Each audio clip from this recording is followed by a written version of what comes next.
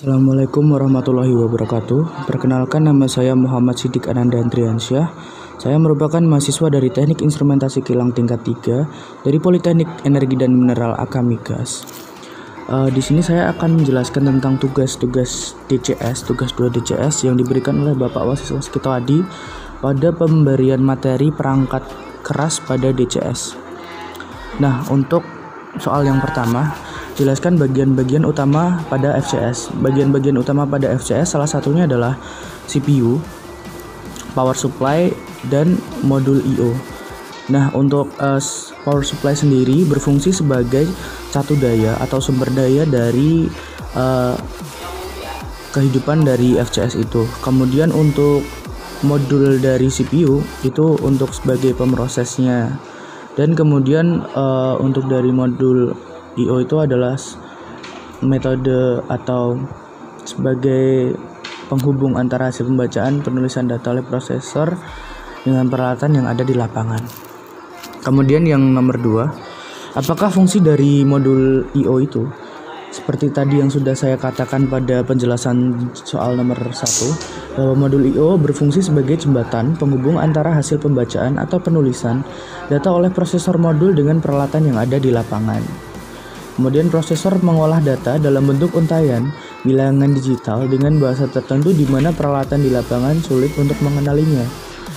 Untuk itu sinyal digital ini harus dikonversikan dalam bentuk bilangan yang mudah dikenali oleh peralatan di lapangan. Nah, untuk modul I/O sendiri ini pada prinsip terbagi dalam 2, yaitu ada modul I/O discrete dan ada modul I/O analog atau yang sering kita sebut dengan DIDO untuk discrete dan AIO untuk analog. Untuk sinyal-sinyalnya sendiri, untuk yang DIDO itu menggunakan bentuk logika 0 dan 1, on atau off saja. Kemudian untuk yang AIAO atau yang analog itu 420 mA dan 15 volt DC. Kemudian apa fungsi dari modul komunikasi? Untuk modul komunikasi tersendiri ini, modul komunikasi yang digunakan di sini adalah modul yang berfungsi sebagai media penghubung antara sekumpulan I/O yang disebut node dengan rak utama yang terdapat pada prosesor modul. Pada modul komunikasi ini juga terdapat prosesor, tetapi prosesor ini bukan berfungsi sebagai pengolah data proses di lapangan, melainkan pemroses data digital yang dikirim atau diterima I/O modul untuk dikirim atau diterima oleh instrumen di lapangan maupun pada model prosesor. Kemudian lanjut untuk nomor 4, apa yang membuat sistem DCS handal? DCS tersendiri atau Distribute Control System merupakan satu alat yang sudah dirancang secara sistematis untuk dapat menjadi alat kontrol, alat monitor, dan untuk mengevaluasi jika ada kesalahan. Nah, untuk kehandalan dari DCS ini sendiri juga DCS lebih memiliki banyak keunggulan daripada alat lain, di mana tadi yang sudah disebutkan bahwa dia dapat memonitor, mengontrol, bahkan mengevaluasi kinerja yang ada di lapangan yang hanya bisa dikontrol dari control room saja. Jadi memiliki kehandalan yang jauh lebih daripada alat-alat lain. Namun juga pasti memiliki kelemahan, yaitu harganya juga tidak murah. Jadi biasanya DCS bakal kita temukan di perusahaan-perusahaan atau industri yang besar yang memiliki pendanaan cukup, karena untuk mengefisienkan tempat dan juga kinerja dari alat-alat, makanya semua langsung didistribusikan pada DCS agar lebih mudah dalam penanganannya dan lebih cepat dalam pengambilan keputusan saat terjadi error atau terjadi yang tidak sesuai dengan yang kita arahkan, seperti itu. Kemudian yang nomor 5, apakah keuntungan dari sistem redundan? Keuntungan dari sistem redundan ini salah satunya adalah ketika sedang menjalankan beberapa alat, saat ada sistem redundan ini, jika salah satu alat rusak, maka alat yang lain itu yang sama-sama hidup akan menggantikan posisinya. Jadi sistem redundan ini sama seperti tidak terjadi error atau tidak terjadi kesalahan. Jadi untuk saling melengkapi seperti itu. Kemudian yang keenam, apakah fungsi dari MMI? MMI atau Main Machine Interface atau juga yang kita kenal dengan HMI atau Human Machine Interface. Ini juga merupakan visualisasi pengendalian mesin berupa tombol, slider, dan sebagainya yang difungsikan untuk mengontrol atau mengendalikan mesin. Fungsi dari HMI secara garis besar adalah satu, untuk mengawasi, di mana kita dapat mengawasi kondisi plant secara real time tanpa perlu keluar dari ruang kontrol. Kemudian yang nomor 2, pengaturan berdasarkan level keamanan, di mana kita dapat merubah pengaturan, misal pengaturan alarm untuk high priority dan low priority. Jadi kita bisa memilah-milah mana yang harus kita high priority kan atau low priority kan. Kemudian ada alarm, disediakan alarm history dan summary, sehingga nantinya kita bisa memilih alarm apa saja yang aktif dan bisa mendapatkan alasan atau pesan kenapa sistem tiba-tiba mengalami trip atau mati. Jadi sudah disetting, apabila terjadi error, alarm akan berbunyi. Itu merupakan juga salah satu fungsi dari HMI atau Human Machine Interface.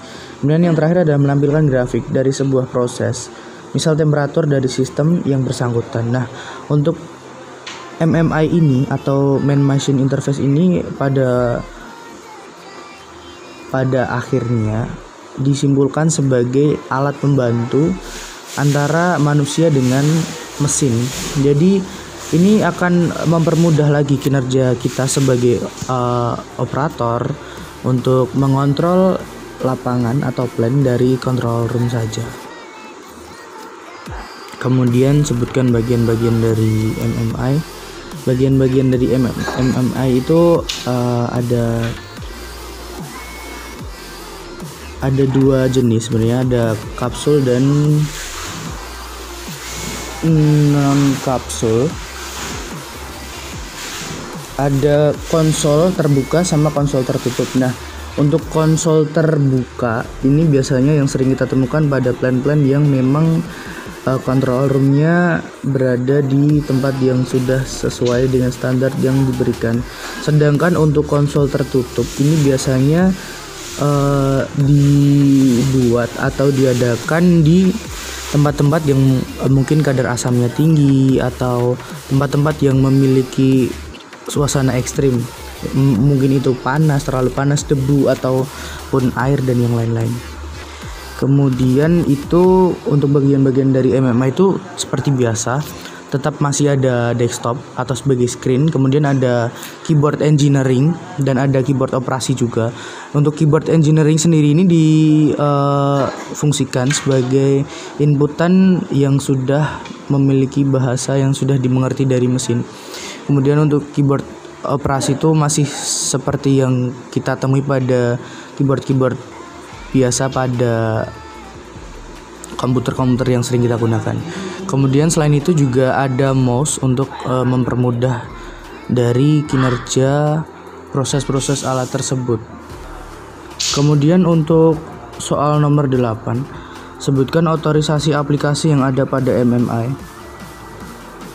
Untuk otorisasi aplikasi yang ada pada MMI ini salah satunya untuk menginput nilai set point, kemudian untuk memonitoring variabel yang berada di lapangan, kemudian ada pengaturan level keamanan, kemudian menyediakan alarm history. Untuk menginput nilai set point ini seperti biasa, menginputkan set point pada berapa kita akan memberikan set point tersebut. Untuk memonitoring variabel yang berada di lapangan ini untuk mengecek aja sebagai fungsi controlling, monitor. Kemudian ada pengaturan level keamanan, kita mau mengeset di berapa dan mengeset pada apa yang akan terjadi saat terjadi lonjakan atau turunan pada set point yang sudah kita tentukan. Kemudian menyediakan alarm history, kita untuk menyimpan apa saja hal-hal yang telah terjadi. Kemudian nomor 9, jelaskan peralatan pendukung MMI. Nah, untuk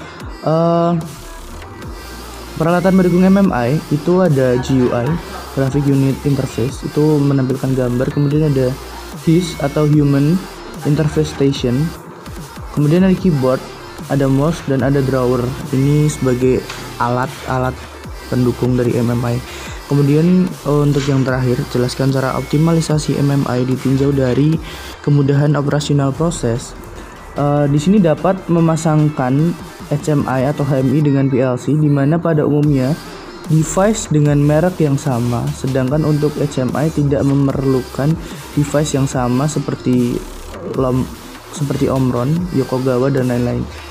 Dengan catatan, HMI dan PLC memiliki tipe komunikasi yang sama sehingga dapat terhubung.